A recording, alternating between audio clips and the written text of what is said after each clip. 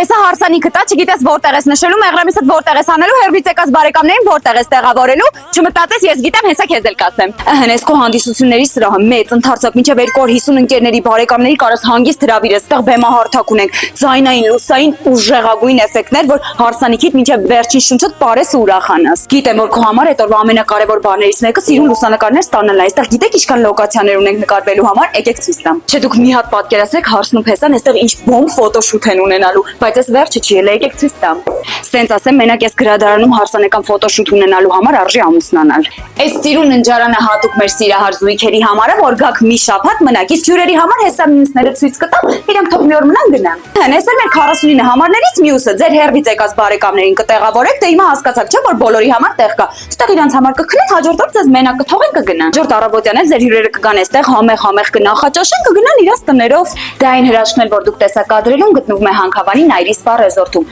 Այնպես որ ձեր հարսանիքի հարցնել եմ լուծել, մնացելը ամրագրեք։